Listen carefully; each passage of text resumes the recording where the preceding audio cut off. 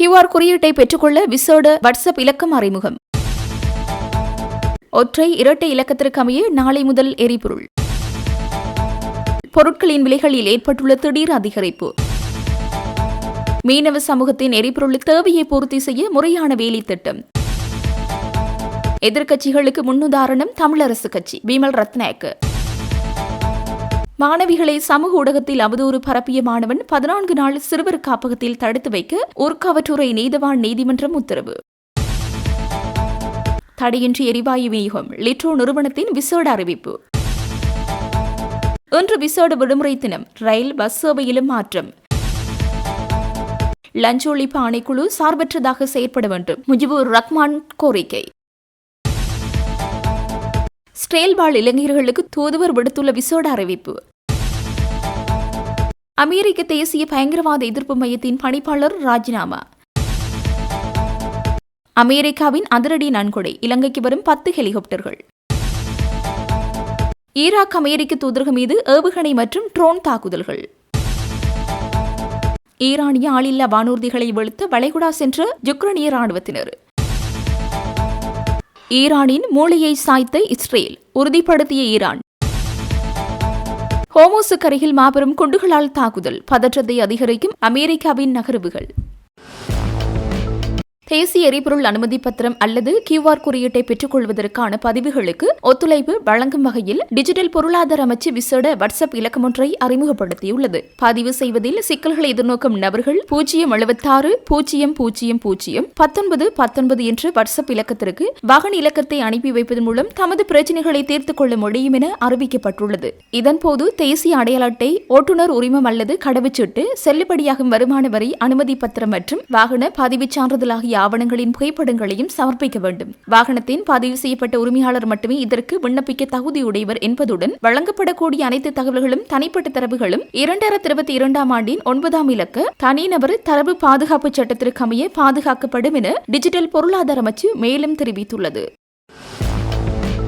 மத்திய கிழக்கு பிராந்தியத்தில் நிலவும் போர்ச்சூழல் காரணமாக உலகளாவிய ரீதியில் எரிசக்தி நெருக்கடி ஏற்பட்டுள்ள நிலையிலும் இலங்கை அரசாங்கத்தினால் முன்பதிவு செய்யப்பட்டிருந்த மற்றொரு எரிபொருள் கப்பல் கொழும்பு துறைமுகத்தை வந்தடைந்துள்ளதாக துறைமுகங்கள் மற்றும் சிவில் விமான போக்குவரத்து அமைச்சு அறிவித்துள்ளது. ஹாங்காங் நாட்டுக்கு சொந்தமான ஃப்ரான்டியர் எனும் இந்த எரிபொருள் கப்பல் நேற்று இலங்கையை வந்தடைந்தது. இந்த கப்பலில் கொண்டுவரப்பட்ட எரிபொருளை தரையிறக்கும் பணிகள் இன்று காலை முதல் கட்டமாக முத்துராஜவில கெரவலப்பட்டி எரிபொருள் முனையத்தில் ஆரம்பிக்கப்பட்டன. அதனைத் தொடர்ந்து கப்பலின் எஞ்சிய எரிபொருள் கையிருப்பினை இறக்குவதற்காக இன்று பிற்பகல் கொழும்பு துறைமுகத்தின் டால்பின் இறங்குதுறைக்கு கப்பல் கொண்டுவரப்பட்டதுடன் அங்கிருந்து கொலன்னாவ களஞ்சிய முனையத்திற்கு குழாய் வழி எரிபொருளை செலுத்தும் பணிகள் முன்னெடுக்கப்பட்டன. இக்கப்பல் மூலம் 17,000 மெட்ரிக் தொன் 92 ஆக்டேன் பெட்ரோல், 18,000 மெட்ரிக் தொன் டீசல் மற்றும் 28,000 மெட்ரிக் தொன் சூப்பர் டீசல் ஆகிய நாட்டுக்கு கிடைத்துள்ளதாக துறைமுகங்கள் மற்றும் சிவில் விமான போக்குவரத்து அமைச்சு மேலும் குறிப்பிட்டுள்ளது.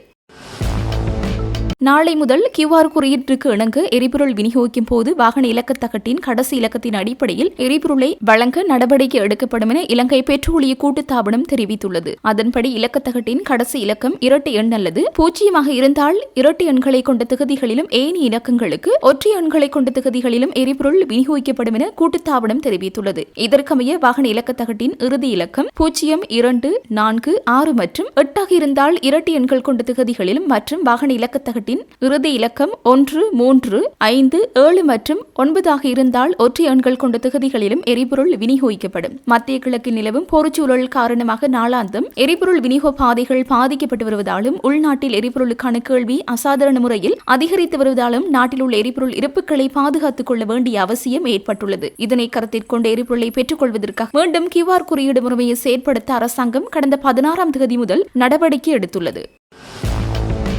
நிலவும் எரிபொருள் பிரச்சினை காரணமாக பொது நிர்வாக அமைச்சினால் ஒவ்வொரு புதன்கிழமையும் அரசு விடுமுறை தினமாக அறிவிக்கப்பட்ட போதிலும் கடற்றொழில் மற்றும் நீரியல் வள திணைக்களத்தின் அத்தியாவசிய சேவைகள் தடையின்றி முன்னெடுக்கப்படும் என அறிவிக்கப்பட்டுள்ளது. கடற்றொழில் துறையானது 24 மணித்தியாலங்களும் இயங்கும் ஒரு துறையாக இருப்பதால் ஹட்டுநாயக்க பண்டாரநாயக்க சர்வதேச விமான நிலையத்தில் அமைந்துள்ள தர கட்டுப்பாட்டு உப அலுவலகம், அனைத்து துறைமுக செயற்பாட்டு அலுவலகங்கள், வானொலி தொடர்பாளர் நிலையங்கள் மற்றும் களன் கண்காணிப்பாளர் என்பன வழமை போன்று இயங்கும். அதன் மூலம் கடலில் தொழிலில் ஈடுபடும் மீனவர்கள், களன் உரிமை உரிமையாளர்கள் மற்றும் மீன் ஏற்றுமதியாளர்கள் எவ்வித இடையூறுமின்றி தமது சேவைகளை பெற்றுக்கொள்ள முடியும். கடற்றொழில் மற்றும் நீரியல் வள திணைக்களத்தின் பணிப்பாளர் நாயகம் சுசாந்த ககவத்தை இதுகுறித்து தெரிவிக்கையில், அரசு விடுமுறை காலப்பகுதியில் கடற்றொழில் துறைக்கு எவ்வித பாதிப்பும் ஏற்படாத வகையில் அத்தியாவசிய பணிகளுக்கு அதிகபட்ச ஒத்துழைப்பை வழங்கி அச்சேவைகளை தடையின்றி முன்னெடுத்துச் செல்வதே திணைக்களத்தின் பிரதான நோக்கமாகும் என்றார். இத்தீர்மானத்தினூடாக நாட்டின் தொடர்ச்சியான மீன் விநியோகம், மீனவர்களின் பாதுகாப்பு மற்றும் ஏற்றுமதி நடவடிக்கைகள் மேலும் உறுதிப்படுத்தப்படும் என்று தெரிவித்தார். தற்போது நிலவும் எரிபொருள் விநியோக பிரச்சினைகளை கருத்தில் கொண்டு அதற்கு முகம் கொடுக்கும் வகையில் இன்று முதல் மறு அறிவித்தல் வரை ஒவ்வொரு வாரமும் புதன்கிழமைகளில் அரசு ஊழியர்களுக்கு விடுமுறை வழங்க அரசாங்கம் தீர்மானித்துள்ளது. இந்த விடுமுறையானது பாடசாலைகள், பல்கலைக்கழகங்கள் மற்றும் நீதித்துறை ஆகியவற்றுக்கும் பொருந்தும் என அத்தியாவசிய சேவைகள் ஆணையாளர் நாயகம் பிரபாத் சந்திரகீர்த்தி தெரிவித்துள்ளார். அதேபோல் அரசாங்கத்தினால் அங்கீகரிக்கப்பட்ட பாடசாலைகள் மற்றும் தனியார் மேலதிக வகுப்புகளுக்கும் இன்றைய தினம் விடுமுறை வழங்குமாறு அரசாங்கம் கோரியுள்ளது. எவ்வாறாயினும் சுகாதாரம், துறைமுகம், நீர் மற்றும் மின்சாரம் போன்ற அத்தியாவசிய சேவைகளுக்கு இந்த விடுமுறை பொருந்தாது என அத்தியாவசிய சேவைகள் ஆணையாளர் நாயகம் பிரபாத் சந்திரகீர்த்தி குறிப்பிட்டுள்ளார். இதேவேளை இந்த விசேட விடுமுறை தினம் காரணமாக இன்றைய தினம் சனிக்கிழமைகளில் இயக்கப்படும் ரயில்கள் மாத்திரமே இயக்க நடவடிக்கை எடுக்கப்பட்டுள்ளதாக ரயில்வே திணைக்களம் தெரிவித்துள்ளது. அதன்படி பிரதான மார்க்கத்தில் 29 ரயில் பயணங்களும், வடக்கு மார்க்கத்தில் 17 பயணங்களும் மற்றும் கடலோர மார்க்கத்தில் 33 பயணங்களும் முன்னெடுக்கப்பட உள்ளன. அத்துடன் கழனிவழி மார்க்கத்தில் 5 பயணங்களும், புத்தள மார்க்கத்தில் 9 பயணங்களும், மட்டக்களப்பு மற்றும் திருகோணமலை மார்க்கங்களில் 6 பயணங்களும் முன்னெடுக்க திட்டமிடப்பட்டுள்ளதாக ரயில்வே திணைக்களம் அறிவித்துள்ளது.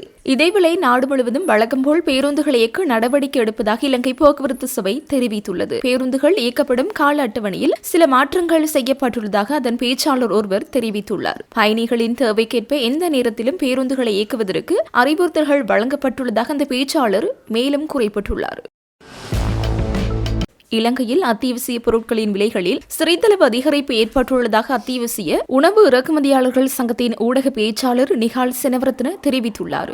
ஊடக சந்தைப்பொன்றில் உரையாற்றியவர் இதனை குறிப்பிட்டார். அவர் மேலும் தெரிவிக்கையில், தற்போதைய நிலைமைக்கு மத்தியில் அத்தியாவசிய பொருட்களின் மொத்த விலைகளில் சிறிதளவு அதிகரிப்பு ஏற்பட்டுள்ளதாக தெரிவித்த அதே நேரம், சரக்கு கட்டணங்கள் அதிகரித்ததன் காரணமாக அத்தியாவசிய பொருட்களின் மொத்த விலைகள் சிறிதளவு உயர்ந்துள்ளதாக அவர் கூறியுள்ளார். பொருட்களுக்கு தட்டுப்பாடு ஏற்பட்டுவிடும் என்ற அச்சத்தில் கடை உரிமையாளர்களும் மொத்த வியாபாரிகளும் தேவையற்ற முறையில் பொருட்களை பதுக்கி வைக்க வேண்டிய அவசியமில்லை என சுட்டிக்காட்டியுள்ளார். அதற்கமைய கடை உரிமையாளர்களும் மொத்த வியாபாரிகளும் அத்தகைய தேவையற்ற பொருட்களை பதுக்கி வைக்க வேண்டாம் என்று அவர் கேட்டுக் கொண்டதுடன் எதிர்வரும் பண்டிகை காலத்திற்காக அத்தியாவசிய உணவுப் பொருட்களுக்கு அறிவிப்பு வழங்கப்பட்டுள்ளதாகவும் போதுமான அளவு பொருட்கள் கையிருப்பில் உள்ளதாகவும் அவர் மேலும் தெரிவித்துள்ளமை குறிப்பிடத்தக்கது.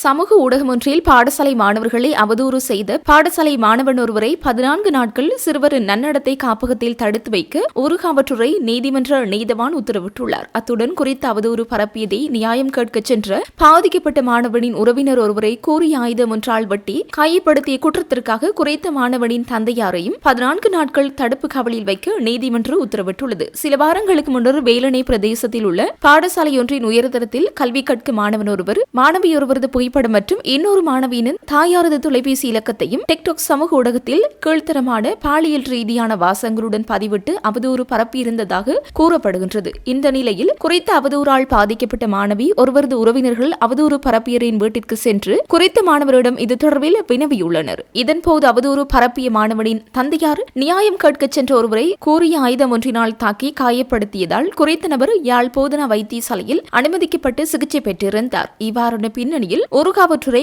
சிறு குற்றப்பிரிவு போலீசில் 2 மாணவிகளின் பெற்றோரும் முறைப்பாடு செய்திருந்தனர். குறித்த முறைப்பாட்டின் அடிப்படையில் விசாரணையை முன்னெடுத்த ஊர்காவற்றுறை சிறு குற்றப்பிரிவு போலீசார் இருவரையும் நேற்றைய தினம் ஊர்காவற்றுறை நீதிமன்றத்தில் முன்னிலைப்படுத்தியிருந்தனர். இந்த நிலையில் மாணவனை சிறுவர் சீர்திருத்த மையத்தில் 14 நாட்களும் மாணவனின் தந்தையை 14 நாட்களும் தடுத்து வைக்க நீதவான் உத்தரவிட்டிருந்தமை குறிப்பிடத்தக்கது. எதிர்க்கட்சிகள் எவ்வாறு செயற்பட வேண்டும் என்பதை தமிழரசு கட்சியினரை எதிர்க்கட்சிகள் முன்னுதாரணமாக கொள்ள வேண்டும் என சபை முதல்வர் அமைச்சர் விமல் ரத்நாயக்க தெரிவித்தார். பாராளுமன்றத்தில் தமிழரசு கட்சியின் திருகோணமலை மாவட்ட எம்பி குகதாசன் விவாதத்தில் உரையாற்றிய பின்னர் தமது உரையை ஆரம்பித்த அமைச்சர் விமல் ரத்நாயக்க இவ்வாறு தெரிவித்தார். பாராளுமன்றத்தில் சம்பந்தப்பட்ட விவாதத்தில் உரையாற்றும் போது தமிழரசு கட்சி எம்பிக்கள் நியாயமான வகையில் சாதக பாதங்களை எடுத்துக் கூறி சிறந்த உரைகளை நிகழ்த்துகின்றனர். விமர்சனங்களை முன்வைத்தாலும் அவர்கள் அதனை சிறந்த முறையில் முன்வைப்பதனை காண முடிகின்றது. அவர்களது உடல் மொழி கூட அதனை வெளிக்காட்டுகின்றது. ஆனால் சபையில் எதிர்க்கட்சியில் உள்ள சிலர் உரையாற்றும் போது மிகவும் மோசமான விதமாகவே உரையாற்றுகின்றனர். நாடு தொடர்பில் சிந்திக்காமல் தாம் இழந்த அதிகாரத்தை மீண்டும் எவ்வாறு கைப்பற்றுவது என்ற குறுகிய நோக்கத்துடனே அவர்கள் உரையாற்றுகின்றனர். அமெரிக்க ஜனாதிபதி ட்ரம்ப் ஏவும் மிசைல் இங்கு வந்து விழுந்தாவது தமது நோக்கங்களை நிறைவேற்றிக் கொள்ள முடியுமா என்ற சிந்தனையோடு செயற்படுகின்ற மிக மோசமான எதிர்க்கட்சியாகவே எதிர்க்கட்சிகள் காணப்படுகின்றன. அவர்கள் எதிர்க்கட்சியாக எவ்வாறு செயற்பட வேண்டும் என தமிழரசு கட்சியின் முன் உதாரணத்தை பின்பற்ற வேண்டும் என நான் அவர்களை கேட்டுக் கொள்கின்றேன் என்றார். விடுமுறை மற்றும் இதர காரணங்களுக்காக இஸ்ரேலில் இருந்து வெளியேறியுள்ள பணியாளர்களின் விசா காலம் 2026 ஏப்ரல் 30 வரை நீடிக்கப்பட்டுள்ளதாக இஸ்ரேலுக்கான இலங்கை தூதுவர் நிமல் பண்டார தெரிவித்துள்ளார். இந்த தீர்மானத்தின்படி 2026 பிப்ரவரி 28 முதல் ஏப்ரல் 21 வரையான காலப்பகுதிக்குள் காலாவதியான அல்லது காலாவதியாக உள்ள மீள் நுழைவு விசாக்கள் தானாகவே ஏப்ரல் 30 வரை நீடிக்கப்படும் என்பதுடன் இதற்காக தனியாக விண்ணப்பிக்க வேண்டிய அவசியமில்லை எனவும் குறிப்பிடப்பட்டுள்ளது. புதுப்பிக்கப்பட்ட விசா செல்லுபடியாகும் காலம் இஸ்ரேலின் குடிவரவு மற்றும் குடிகல்வு அதிகார சபையின் அமைப்பில் தோன்றும் என்பதுடன் அந்த காலப்பகுதிக்குள் எல்லைகளின் ஊடாக மீண்டும் நுழைவதற்கு அனுமதி வழங்கப்படும் எனவும் தெரிவிக்கப்பட்டுள்ளது. இதேவேளை ஹிஸ்புல்லா அமைப்பு மற்றும் ஈரான் ஆகியன இஸ்ரேல் மீது மீண்டும் தாக்குதல்களை நடாத்தும் அபாயம் இருப்பதாக எச்சரிக்கை விடுக்கப்பட்டுள்ளதாக நிமல் பண்டார தெரிவித்துள்ளார். குறிப்பாக இஸ்ரேலின் வடக்கு பகுதிகளில் உள்ள பொருளாதார மற்றும் ராணுவ இலக்குகள் மீது ஒரே நேரத்தில் தாக்குதல்கள் நடாத்தப்படலாம் என அந்நாட்டு பாதுகாப்பு பிரிவினர் மக்களுக்கு அறிவுறுத்தியுள்ளனர். அதன்படி அந்த பகுதிகளில் வசிக்கும் மக்கள் பாதுகாப்பான அறிவுறுத்தல்களை பின்பற்றுமாறும் அபாய எச்சரிக்கை சத்தம் கேட்கும் சந்தர்ப்பங்களில்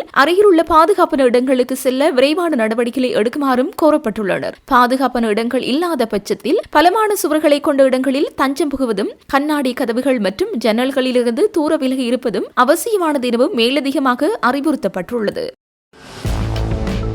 லஞ்ச ஊழல் ஆணைக்குழு அனைவரையும் ஒரே மாதிரி செயற்படுத்த வேண்டும். தேசிய மக்கள் சக்தி உறுப்பினர்களுக்கு ஒரு மாதிரியும் ஏனையவர்களுக்கு வேறு மாதிரியும் செயற்பட முடியாது. அத்துடன் நாட்டில் மின் துண்டிப்பு மேற்கொள்ள வேண்டிய நிலை ஏற்பட்டால் அதற்கான முழு பொறுப்பையும் அரசாங்கம் ஏற்றுக்கொள்ள வேண்டும். அரசாங்கத்தின் நிலக்கரி மோசடி இதற்கு காரணமாகும் என முஜிபுர் ரஹ்மான் தெரிவித்தார். அனைவரும் சட்டத்துக்கு கீழ் என ஜனாதிபதி தெரிவிக்கின்றார். ஆனால் எரிசக்தி அமைச்சருக்கு எதிராக லஞ்ச ஊழல் ஆணைக்குழுவில் செய்யப்பட்டிருக்கும் முறைப்பாடு தொடர்பில் அவரிடம் வாக்குமூலம் பெறாமல் அவருக்கு எதிராகவே மேல் நீதிமன்றத்தில் வழக்கு தொடுக்க பட்டிருக்கின்றது. ஆனால் லஞ்ச ஊழல் ஆணைக்குழுவில் முறைப்பாடு செய்தால் சம்பந்தப்பட்டவரை கைது செய்து வாக்குமூலம் பெற்றுக்கொண்டே நீதிமன்றத்தில் ஆஜர்படுத்துவார்கள். எரிசக்தி அமைச்சருக்கு அவ்வாறு எந்த தடையும் பின்பற்றப்படவில்லை. அப்படியானால் எரிசக்தி அமைச்சர் சட்டத்திற்கு மேலால் இருக்கிறாரா? அதனால் லஞ்ச ஊழல் ஆணைக்குழு அனைவரையும் ஒரே மாதிரி செயற்படுத்த வேண்டும். தேசிய மக்கள் சக்தி உறுப்பினர்களுக்கு ஒரு மாதிரியும் ஏனையவர்களுக்கு வேறு மாதிரியும் செயற்பட முடியாது. அதேபோன்று கொள்கலன் மோசடி குற்றச்சாட்டு, மன்னார் காற்றாலை மோசடி, அரிசி இறக்குமதி விலை மனு கோரலில் ஏற்பட்ட மோசடி போன்ற முறைப்பாடுகள் தொடர்பில் இதுவரை விசாரணைகள்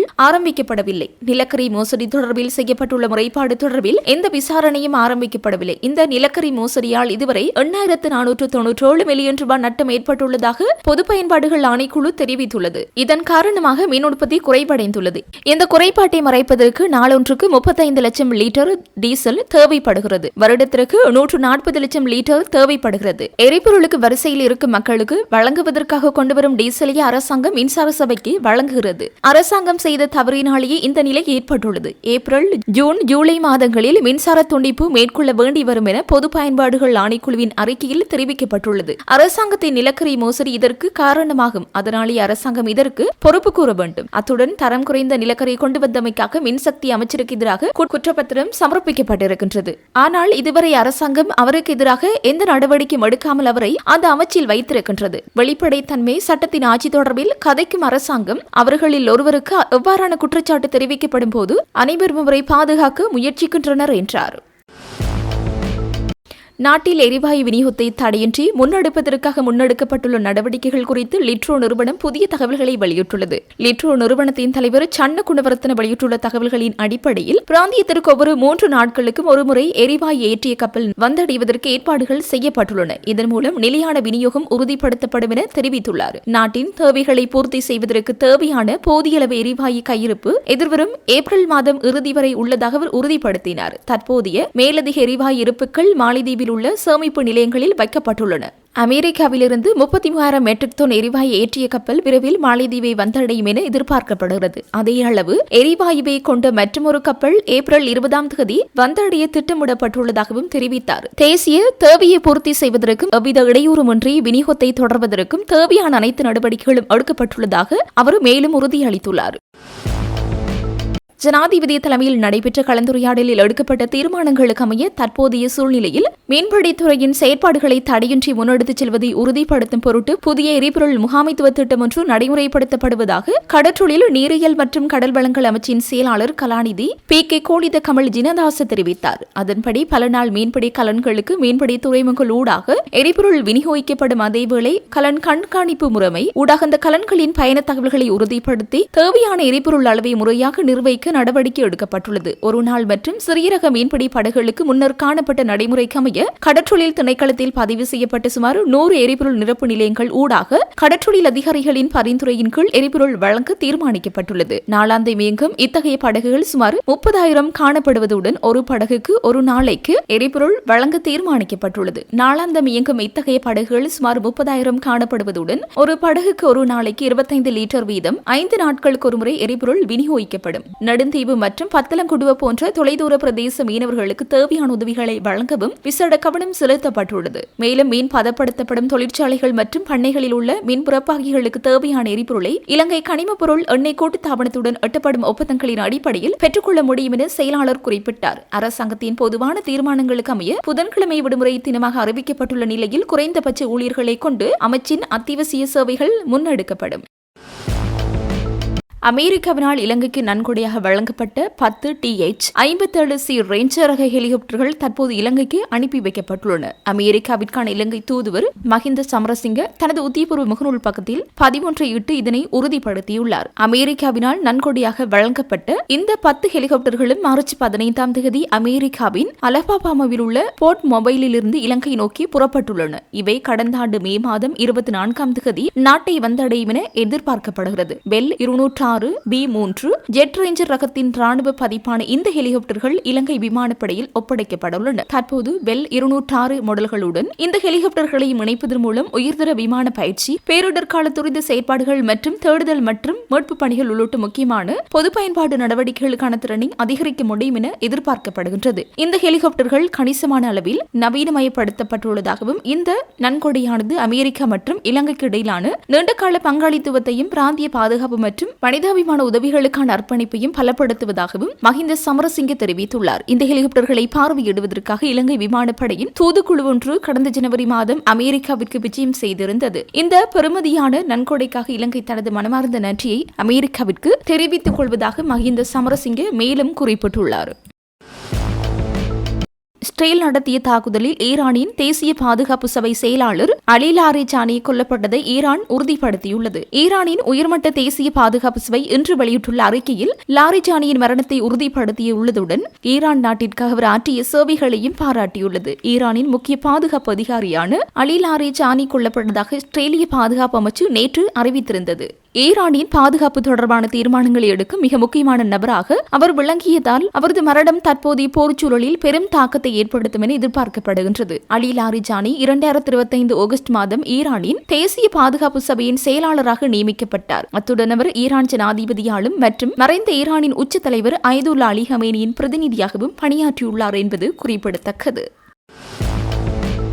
ஈராக்கில் உள்ள அமெரிக்க தூதரகம் மற்றும் ராஜதந்திர தளம் ஒன்றின் மீது நேற்று மீண்டும் ஏவுகணைகள் மற்றும் ட்ரோன் மூலமான தாக்குதல்கள் நடத்தப்பட்டுள்ளதாக பாதுகாப்பு வட்டாரங்கள் தெரிவித்துள்ளன. நேற்று அதிகாலை நடத்தப்பட்ட தொடர் தாக்குதல்களை தொடர்ந்து இந்த தாக்குதல்கள் முன்னெடுக்கப்பட்டுள்ளன. பாக்தாத்தில் உள்ள அமெரிக்க தூதரகத்தை குறிவைத்து ஏவுகணைகள் மற்றும் வெடிப்பொருட்கள் ஏற்றிய ட்ரோன் மூலம் தாக்குதல் நடத்தப்பட்டதை அடுத்து அங்கு அபாய எச்சரிக்கை ஒலிகள் எழுப்பப்பட்டதுடன் தூதரக வளாகத்திற்கு அருகில் பலத்த வெடிப்பு சத்தமும் கேட்டதாக பாதுகாப்பு தரப்பினர் உறுதிப்படுத்தியுள்ளனர். அமெரிக்க தேசிய பாதுகாப்பு எதிர்ப்பு மையத்தின் பணிப்பாளர் ஜோசப் கென்ட் தனது பதவியை ராஜினாமா செய்துள்ளார். அமெரிக்க ஜனாதிபதி டொனால்டு டிரம்பிற்கு அனுப்பியுள்ள தனது ராஜினாமா கடிதத்தின் மூலம் தற்போதைய ஈரான் போரின் பின்னணியில் உள்ள சதித்தன்மை குறித்து மேலதிக உண்மைகளை அவர் வெளிப்படுத்தியுள்ளதாக வெளிநாட்டு ஊடகங்கள் செய்தி வெளியிட்டுள்ளன. டொனால்டு டிரம்பின் முதலாவது பதவிக்காலத்தின் போது முடிவில்லாத போர்களில் அமெரிக்காவை சிக்க வைக்காமல் ராணுவ பலத்தை எவ்வாறு தீர்க்கமாக பயன்படுத்துவது என்பது குறித்து அவருக்கு சிறந்த புரிதல் இருந்ததாக கென் சுட்டிக்காட்டியுள்ளார். எவ்வாறாயினும் டிரம்பின் இரண்டாவது பதவிக்காலத்தின் ஆரம்பத்திலேயே உயர் ஆஸ்திரேலிய அதிகாரிகள் மற்றும் அமெரிக்க ஊடகங்களில் உள்ள செல்வாக்குமிக்க குழுக்கள் இணைந்து மிகவும் நுணுக்கமான முறையில் தவறான தகவல்களை பரப்பும் பிரச்சாரத்தை முன்னெடுத்ததாக அவர் குற்றம் சாட்டியுள்ளார். இதன் மூலம் டிரம்பின் அமெரிக்காவிற்கு முதலிடம் என்ற கொள்கையை முழுமையாக முடக்கி ஈரானுடன் ஒரு போரை உருவாக்குவதற்கு தேவையான சூழலை அவர்கள் ஏற்படுத்தியதாக அவர் கூறுகின்றார். ஈரானிடமிருந்து அமெரிக்காவுக்கு உடனடி அச்சுறுத்தல் இருப்பதாகவும் இப்போது தாக்குதல் நடத்தினால் மிக விரைவான வெற்றியை பெறலாம் என்றும் ட்ரம்ப் ஏமாற்றப்பட்டுள்ளதாக அந்த கடிதத்தில் தெரிவிக்கப்பட்டுள்ளது. இது கடந்த காலத்தில் அமெரிக்காவை ஈராக் போரில் சிக்க வைப்பதற்காக இஸ்ரேல் பயன்படுத்திய தந்திரம் என்று ஜோ கென்ட் தனது கடிதத்தில் கடுமையாக வலியுறுத்தியுள்ளார். 45 வயதான கென்ட் அமெரிக்க விசேட படையணி மற்றும் CIA ஆகியவற்றின் அனுபவமிக்க அதிகாரியாவார். ராணுவ வீராங்கனையான இவரது மனைவி ஷானன் கென்ட் 2019 ஆண்டு சிரியாவில் இடம்பெற்ற தற்கொலை குண்டு தாக்குதலில் உயிரிழந்தமை குறிப்பிடத்தக்கது. வரவிருக்கும் குளிர்காலத்தை முன்னிட்டு பிரிட்டிஷ் ஏர்வேஸ் இலங்கைக்கான விமான சேவைகளை ஆரம்பிக்க உள்ளதாக அறிவித்துள்ளது. அதன்படி 2026 அக்டோபர் 23 முதல் லண்டன் கேட்விக் விமான நிலையத்திலிருந்து இலங்கைக்கு வாரத்திற்கு 3 முறை நேரடி விமான சேவைகள் முன்னெடுக்கப்படும். இந்த விமான சேவைகளுக்கான பயணச்சீட்டு விற்பனை நேற்று ஆரம்பமானது. இலங்கையிலிருந்து லண்டனுக்கு நேரடி விமான சேவைகளை முன்னெடுக்கும் ஒரே விமான சேவையாக ஸ்ரீலங்கன் ஏர்லைன்ஸ் மாத்திரமே தற்போது காணப்படுகின்றது. மத்திய கிழக்கு பிராந்தியத்தில் ஈரானின் ஆளில்லா வானூர்திகளின் அச்சுறுத்தல்களை முறியடிப்பதற்காக யுக்ரைன் அதிரடி நடவடிக்கை மேற்கொண்டுள்ளது. அதற்காக சுமார் 200க்கும் மேற்பட்ட யுக்ரைனிய ராணுவ வல்லுநர்கள் வளைகுடா நாடுகளில் நிலை கொண்டுள்ளதாக யுக்ரைன் ஜனாதிபதி வோலோடிமிர் செலன்ஸ்கி உத்தியபூர்வமாக அறிவித்துள்ளார். பிரித்தானிய நாடாளுமன்றத்தில் உரையாற்றிய செலன்ஸ்கி ஈரானிய தயாரிப்பான ஷாஹட் ஹாமிக்ஸ் ஆளில்லா வானூர்திகளை எதிர்கொள்வதில் நிபுணத்துவம் பெற்ற 201 யுக்ரைனிய வல்லுநர்கள் ஏற்கனவே ஐக்கிய அரபு அமீரகம், கத்தார் மற்றும் சவுதி அரேபியா ஆகிய நாடுகளில் பணியில் ஈடுபட்டுள்ளதாக தெரிவித்தார். மேலும் 34 வல்லுநர்கள் குவைத் மற்றும் ஜோர்டன் நாடுகளுக்கு பயணிக்க தயாராக இருப்பதாகவும் பல நாடுகளுடன் இது தொடர்பான பாதுகாப்பு ஒப்பந்தங்கள் கையெழுத்தாகியுள்ளதாகவும் அவர் தெரிவித்ததாக அல் ஜசீரா செய்தி வெளியிட்டுள்ளது. ஹோர்முஸ் ஜலசந்தைக்கு அருகில் உள்ள ஈரானிய ஏவுகணை தளங்கள் மீது அமெரிக்கா தாக்குதல் நடத்தியுள்ளதாக தெரிவிக்கப்படுகின்றது. பதுங்கு குழிகளை ஊடுருவும் திறன் கொண்ட சக்தி வாய்ந்த குண்டுகளை கொண்டு ஹோர்முஸ் ஜலசந்தை நடுகிலும் உள்ள ஈரானிய ஏவுகணை தளங்கள் மீது தாக்குதல் நடத்தியுள்ளதாக அமெரிக்க ராணுவம் அறிவித்துள்ளது. அமெரிக்க மத்திய கட்டளை பிரிவின் எக்ஸ் தள பதிவில் ஜலசந்தியின் ஈரானிய கடற்கரையோரம் உள்ள பலப்படுத்தப்பட்ட ஈரானிய ஏவுகணை தளங்கள் மீது 5000 பவுண்ட் எடை கொண்ட பல ஆழ்துளை ஊடுருவும் வெடிமருந்துகளை அமெரிக்க படைகள் வெற்றிகரமாக பயன்படுத்தியுள்ளன என்று கூறியுள்ளது. முக்கிய தளங்கள் உள்ள ஈரானிய கப்பல் எதிர்ப்பு குரூஸ் ஏவுகணைகள் ஜலசந்தியில் செல்லும் சர்வதேச கப்பல் போக்குவரத்திற்கு அச்சுறுத்தலாக இருந்தன என்று அமெரிக்க ராணுவம் கூறுகிறது. உலகின் எண்ணெய் ஏற்றுமதியில் சுமார் 20% செல்லும் இந்த நீர்வழியை ஈரான் திறம்பட மூடியமையால் கடல்வழி போக்குவரத்தை கடுமையாக பாதித்துள்ளதுடன் உலகளாவிய எண்ணெய் விலைகள் உயர்வதற்கும் பங்களித்துள்ளது. பங்கர் பஸ்டர்ஸ் என்று அழைக்கப்படும் இந்த மாபெரும் குண்டுகள் ஒவ்வொன்றும் சுமார் $2,88,000 செலவாகும் என கூறப்படுகின்றது. கடந்த ஆண்டு ஈரானில் உள்ள 3 நிலத்தடி அணுசக்தி தளங்கள் மீது அமெரிக்கா தாக்குதல் நடத்திய போது பயன்படுத்திய 30,000 பவுண்ட் குண்டுகளை விட இவை சக்தி குறைந்தவை. வழக்கமான குண்டுகளை போலல்லாமல் பங்கர் பஸ்டர் காற்றில், தரையில் அல்லது இலக்கின் மேற்பரப்பில் வெடிக்கும் வகையில் வடிவமைக்கப்படவில்லை. அவை கனமான கடினமாக்கப்பட்ட எக்கால் மூடப்பட்டு வெடிப்பதற்கு முன் நிலத்தின் ஆழம் வரை ஊடுருவும் வகையில் உருவாக்கப்பட்டுள்ளன.